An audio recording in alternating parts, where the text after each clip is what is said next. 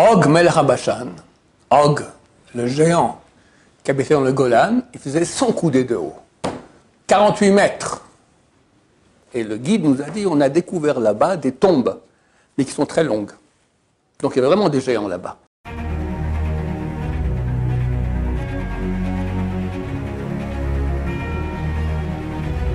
Ce chiot dédié pour l'élévation de l'âme de Patrick Yosef Ben Lor Shirley, Zecher Tzadik Livracha de mémoire bénie. La question de Nissim. Comment comprendre les histoires surnaturelles du Tanakh et de la Gemara? Par exemple, dans la Gemara, il y a une histoire d'un oiseau qui a fait un œuf, et l'œuf, quand il a coulé un peu, il a noyé 60 villages. D'accord, je comprends. Ok. Bon, d'abord, il y a une très grande différence entre le texte écrit, la Bible, la Torah et après le Nach, et ce qu'on appelle les Agadot. Agadot, je ne sais pas comment on traduit, il y en a qui traduisent ça en français, contes et légendes, mais ce n'est pas contes et légendes. C'est des explications allégoriques sur la Torah. On en a dans tes Midrash et Agadot, tu en as dans la Gemara, tu as des livres de Agadot, Midrash, il y a le Kuchimoni, etc. Et des fois, il y a effectivement des histoires qui sont anormales, on va dire. Dans la Torah, il n'y a pas. Une fois, je me souviens, c'est écrit que lorsque les explorateurs sont allés en Israël, ont visité la terre d'Israël, sont venus, ils ont dit, il y a des villes là-bas, des forteresses dans le ciel. Rachid écrit tout de suite que c'est une façon exagérée de parler. Tout le monde comprend qu'elles ne sont pas dans le ciel. C'est vrai qu'elles sont très hautes, très inaccessibles, etc. Mais à part ça, dans le texte écrit, c'est le pshat. Pshat, on appelle ça le sens simple. Des fois, il y a des explications des sages d'Israël sur le sens simple qui posent question. Je vais donner un exemple. C'est marqué que, après que Yosef est mort en Égypte, s'est levé un nouveau roi qui ne s'est plus souvenu de Yosef. Dans la Gemara, et Rachid le ramène, Machloket entre Rav et Shmuel. Un dit que le roi est mort, et c'est un autre qui se levait. Et un dit, non, c'est le même roi, mais il a changé d'axe politique. Il était philosémite, devenu antisémite. Moi, je pose une question, alors, ok, mais qui a raison? Dans la réalité, ou le roi il est mort, ou le roi il n'est pas mort. Comment Rav et Shmuel, ils ont un des deux qui se trompe. Rav et Shmuel se tromper, c'est grave. Rav et Shmuel, c'est presque toute la Torah dans la Gemara. Et on a le Gemara dans le traité Hérouvin qui dit, quand tu as une divergence d'opinion en deux rabbins, Elou ve'elou divrei Elohim chaim. Les deux sont des paroles du Dieu vivant. Alors je ne comprends pas, là, c'est pas Rav Shmuel, c'est le bon Dieu. Il est mort ou il n'est pas mort, ce roi? Les deux ont raison. Comment les deux ont raison? Et c'est là, c'est le début de ma réponse à ta question. Il y a, quand on parle, il faut comprendre de quoi on parle. Ce n'est pas du tout forcé que la Torah, quand elle parle du corps. Elle peut parler de l'âme. C'est écrit, il y avait un, je ne sais pas comment on appelle, tzaddik ou rachat. C'était un tzaddik qui est devenu rachat. C'était Rabbi Yochanan Kohen Gadol, Rabbi Yochanan, le grand prêtre, qui pendant 80 ans est rentré dans le Saint des Saints et est sorti vivant. Je crois qu'il n'y a aucun qui a fait autant de temps. Le deuxième temple, la majorité immense des Kohanim Gdolim finissaient pas leur année.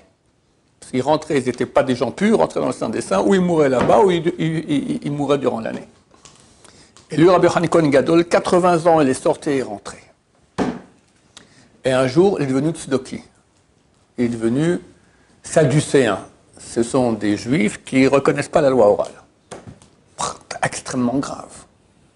Extrêmement grave. C'était les grands ennemis du peuple d'Israël.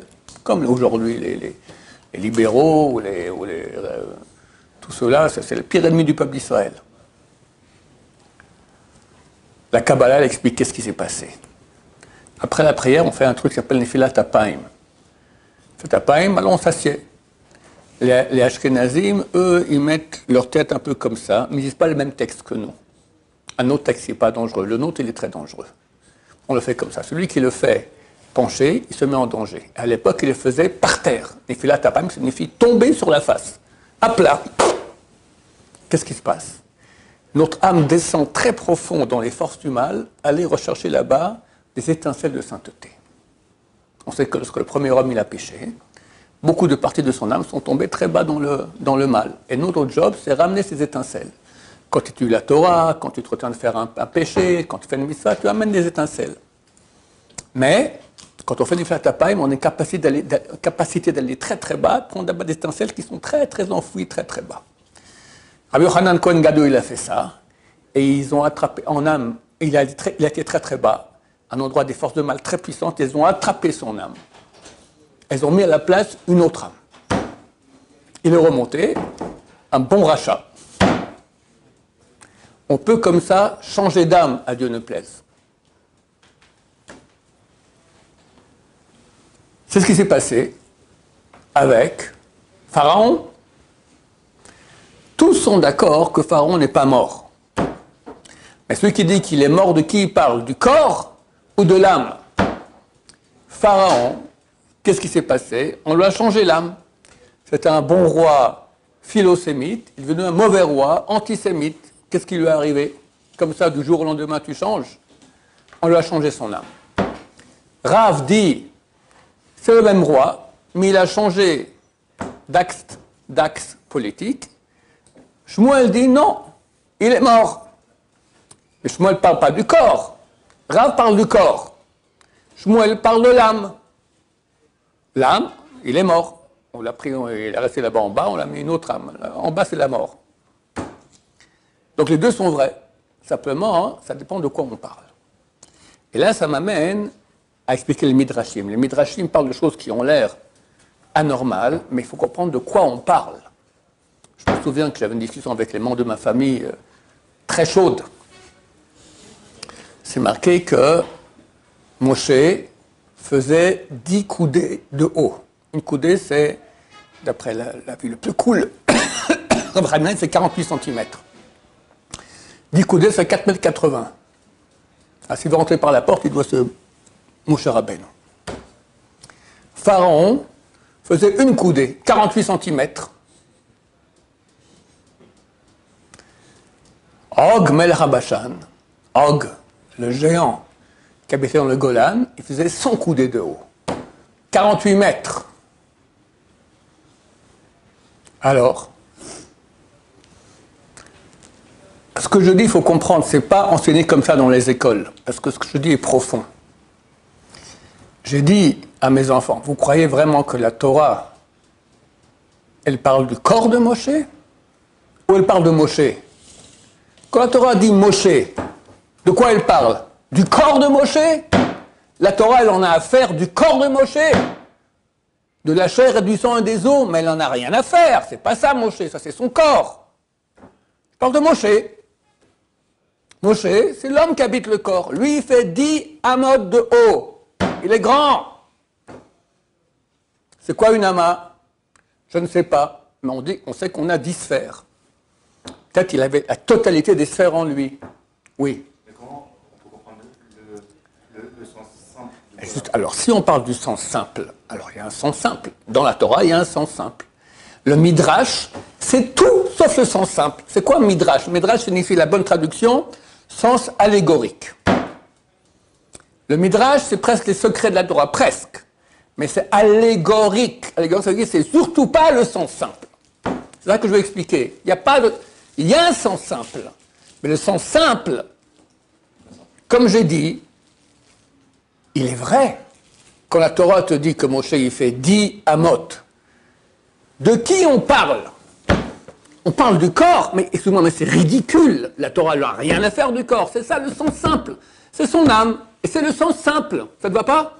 Non, intéressant parce que dans la Gemara, il y a bien des créatures qui sont gigantesques aussi. Oui, oui. Ou même dans, Qui t'a dit que c'est le sens simple du Midrash? Il se peut que maintenant, quand on parle de cet animal-là, alors il a donné un exemple auparavant.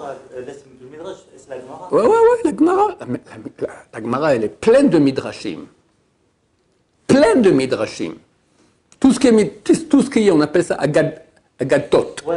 Il y en a plein.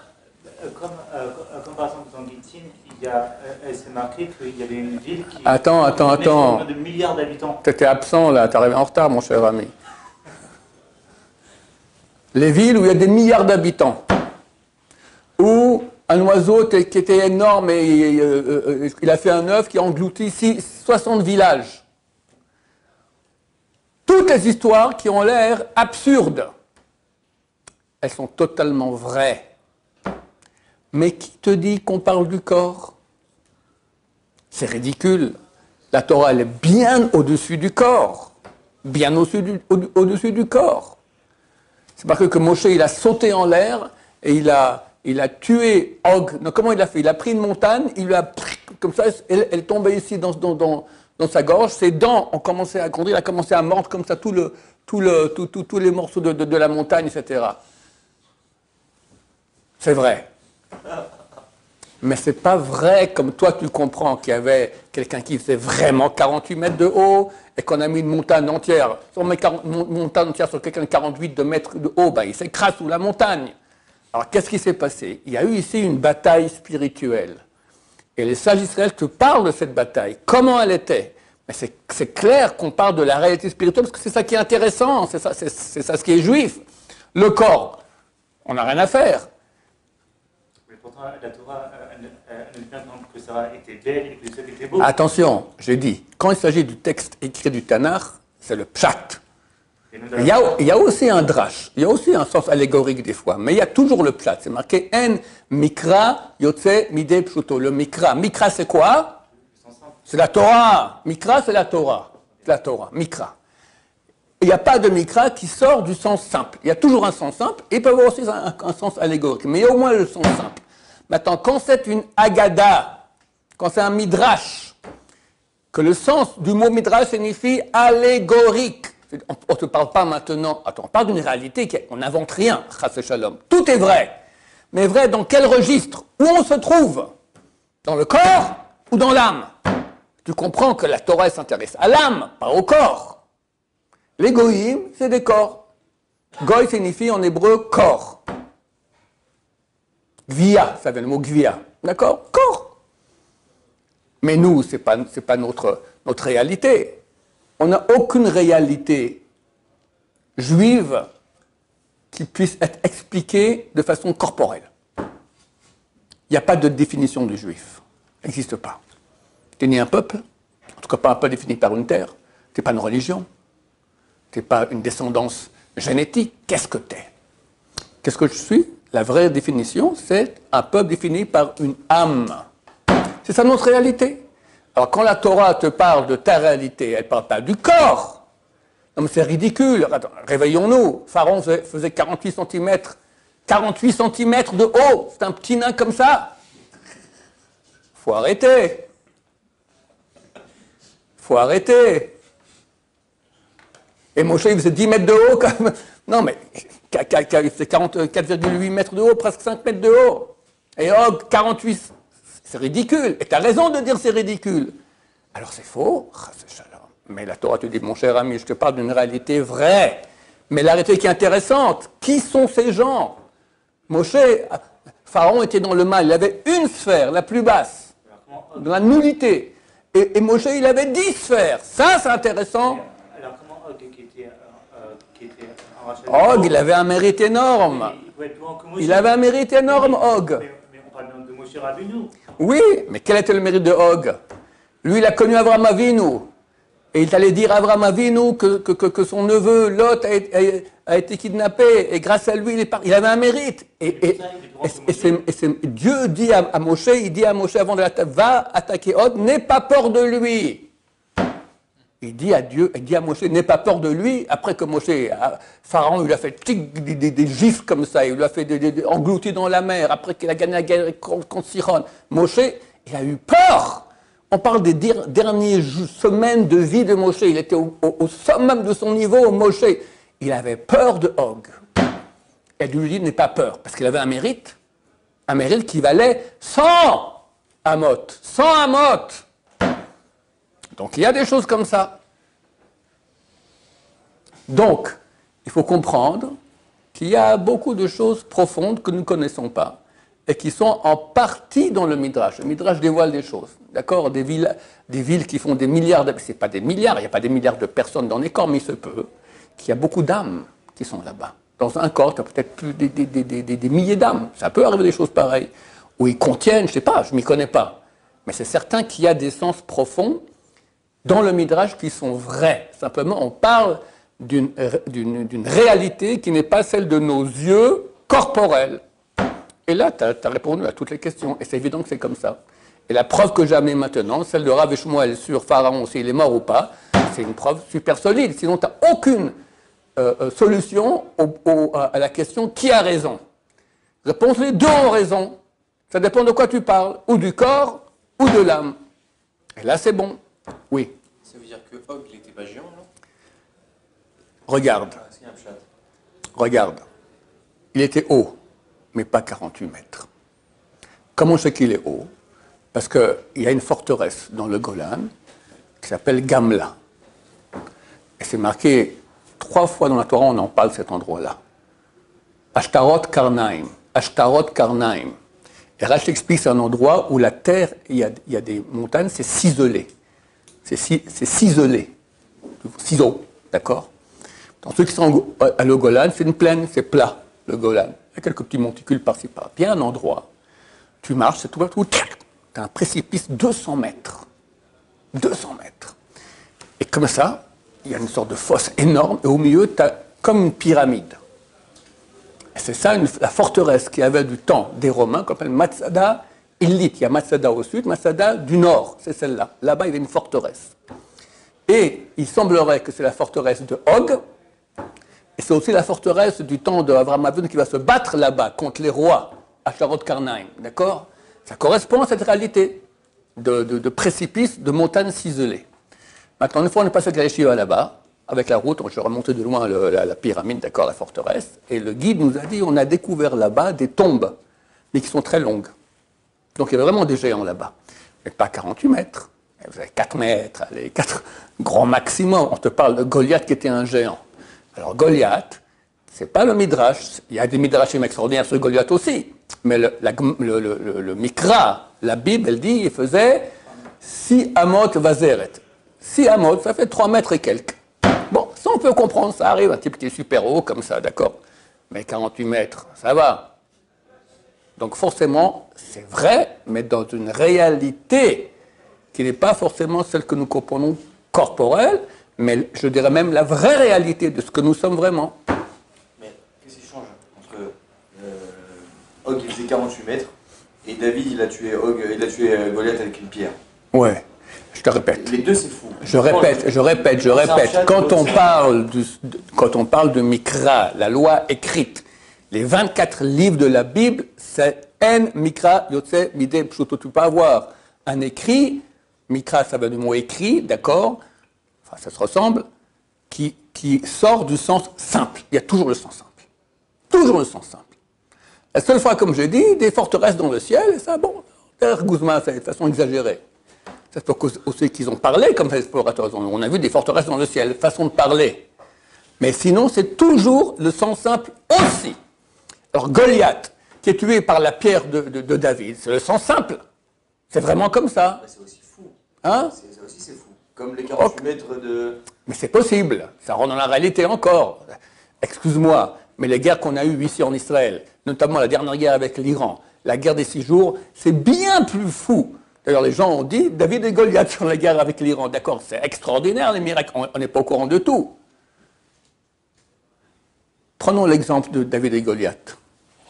Goliath, il avait une armure depuis le haut du crâne jusqu'en bas.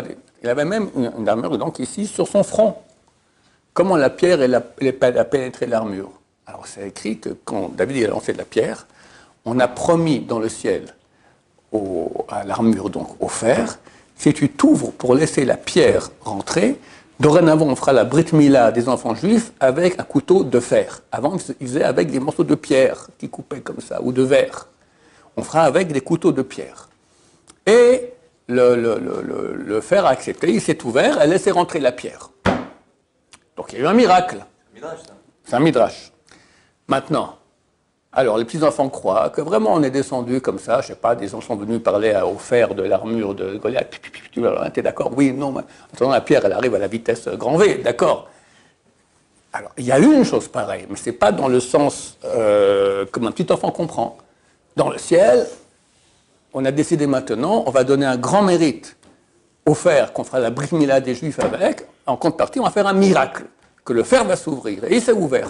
Avoir des miracles, ça existe, ça va, c'est typiquement juif. Notre vie est un miracle, notre survie, notre début, toute l'histoire juive, c'est un grand miracle. Alors que le fer s'ouvre, bon, bah, ça se peut. Hein. D'autant plus qu'il faut comprendre du contexte. Goliath, pendant 40 jours, il est venu et il a blasphémé. Il s'est moqué du peuple, du Dieu des Juifs. Et David, qui est le roi d'Israël, dont sort le Mashiach, qui est la 4e roue du chariot céleste, c'est-à-dire que sur lui se stabilise la présence divine. Il vient comme ça, avec un bâton. Goliath lui dit, tu vas avec moi comme un bâton, quoi, je suis un chien, je viens de déchirer ta chair, maintenant je vais la donner aux animaux du ciel, aux oiseaux du ciel et aux animaux de la terre, tu vas te dévorer par eux, ton cadavre. Et David lui dit, toi tu viens avec ton armure, avec ton javelot, avec ton épée. Moi, je viens au nom du Dieu d'Israël que tu as blasphémé. Et moi, je vais donner maintenant ta chair en nourriture aux animaux, aux oiseaux du ciel et aux animaux de la terre. Et il court, il prend la pierre, bing. Pourquoi? C'est une guerre entre Dieu. C'est pour montrer quoi? Qui a raison? Dieu ou l'armure? Le corps? Comme nos ennemis croient, si on est plus fort militairement, on va gagner. Et nous, on dit, mais rien à voir, rien à voir. Nous, on est un peuple au-dessus de la matière. Comme on a survécu pendant 3300 ans, avec une grande armée, comme ces crétins de gens qui ne comprennent pas que le monde des chivotes, c'est la survie du peuple d'Israël. Ils voulaient faire aller à l'armée, tu n'as pas compris que c'est grâce à ça qu'on gagne les batailles. Donc il fallait le faire. Et cette pierre, c'est quoi? C'est marqué que le roi David, il a pris 5 pierres dans la rivière. Il a lancé une, mais pourquoi 5? Torah, les 5 livres de la Torah. Donc c'était ça. La Torah contre l'armure. Et Dieu a montré, c'est la Torah qui gagne. Voilà. Donc c'est tout à fait acceptable et il n'y a rien de trop extraordinaire. Oui. Et alors, dans les histoires de la Gemara, ouais. Quand Tosfot ou Rashi disent Lachon Guzma, ouais. C'est de façon exagérée. Ouais. Alors sur quoi ils parlent du pshat, ou ils parlent du sens même allégorique qui est exagéré? Ouais. Moi je pense, il te dit, ne prends pas ça au premier degré, comme tu pourrais comprendre qu'il y avait là-bas 340 milliards d'habitants. Ça c'est Guzma. Alors, ok, très bien. Guzma. Alors, je continue maintenant. Ok, alors, mais ils disent quand même ça. Pourquoi ils disent Guzma? C'est des bêtises. Alors, Tosfot, c'est les Français d'il y a 700 ans. C'est un commentateur de Pshat. Il ne peut pas te parler de Kabbalah. Encore moins de métaphore. Mais c'est clair qu'il y a là-bas un sens profond, vrai, qui correspond, oui, à 340 milliards d'âmes. Qu'est-ce que j'en sais? Mais ce n'est pas Tosfot qui va te parler des âmes, 340 milliards. Pas du tout, c'est pas le genre, tu comprends? Ça, c'est déjà dans le sens plus profond, qui est vrai, mais qui est profond. Donc le pshat, il ne faut pas le prendre premier degré. C'est pas le pshat. Pas un pshat corporel, mais un pshat qui est un pshat, qui est un pshat. Ouais. Mais, je ne sais pas comment, pas par corporel, on va dire nishmatique, d'accord, de l'âme. Mais c'est le drash. D'une réalité. Hein? C'est le drash. Mais c'est un drash, c'est évident que c'est un drash. Alors il n'y a pas de pshat. Hein? Il n'y a pas de pshat. Du point de vue Qu'ils étaient beaucoup. du point de vue du pshat, c'est une gouzma, c'est une exagération. Ah, donc ils étaient beaucoup. Voilà. Pas 360 milliards. Voilà. 360 milliards, ça revient sur le drash. Mais le drash, il est vrai. Le drash, bien sûr, il est vrai. Mais il ne te parle pas maintenant corporel, je parle nishmatique. Comme les 10 Amot de Moshe. Ou la Hama de Pharaon. Je crois même qu'ils disent que sa barbe était plus longue que lui. Alors, il se marchait sur la barbe. Continue. Il ne faut pas exagérer. pas exagérer. Voilà, c'est très important de comprendre ça. Chas shalom de dire qu'il y a une erreur dans le Midrash, c'est tout à fait vrai, mais c'est profond. Et ça parle d'une réalité qui d'habitude nous échappe, parce que nous on est au niveau du corps d'habitude, mais on peut comprendre qu'il y a des choses au-dessus du corps. Oui. Le Midrash, est-ce que c'est le Drash de la Torah? Le sens, et on sait qu'il y a quatre sens. Le Midrash, c'est le Drash. Midrash, ça veut dire, c'est pas le sens simple, c'est un sens allégorique. Maintenant, tu as deux types de Midrash. Tu as Midrash Halacha, Midrash Agada. Midrash Halacha, c'est ce que tu fais dans la Gemara sans cesse. Midrash Halacha. J'ai trouvé un Midrash Halacha qui a à voir maintenant avec Gittin. D'accord? Avec Katav La. Là, on apprend que c'est la même chose pour les femmes, même chose aussi pour les serviteurs, dans lesquels il y a aussi un La. On fait une Xera Shava. C'est un Midrash Halacha. Attends, tu as Midrash Agada. Midrash Agada, c'est quand on va plus parler du sens simple ou de la halacha, on va parler maintenant de choses plus hautes, un registre plus haut dans la réalité, qui est celui des âmes, des réalités spirituelles qui sont la vraie réalité. Okay. Il y a un livre de Remez. Remazim? Ouais, je sais pas, il y a un livre sur la dracha, juste le drache. Tu parles parce que des 4 niveaux d'études de Pshat, Remez, prends le tour. Le Balatourim, c'est le livre des Remazim. Dans tous les Chumash, tu as le tour. Tu vois, c'est que des Remazim. Presque des Remazim. Tu as le Drash et tu as la Kabbalah, le Sod. Baruch Adonai, Leolam, Amen, Amen.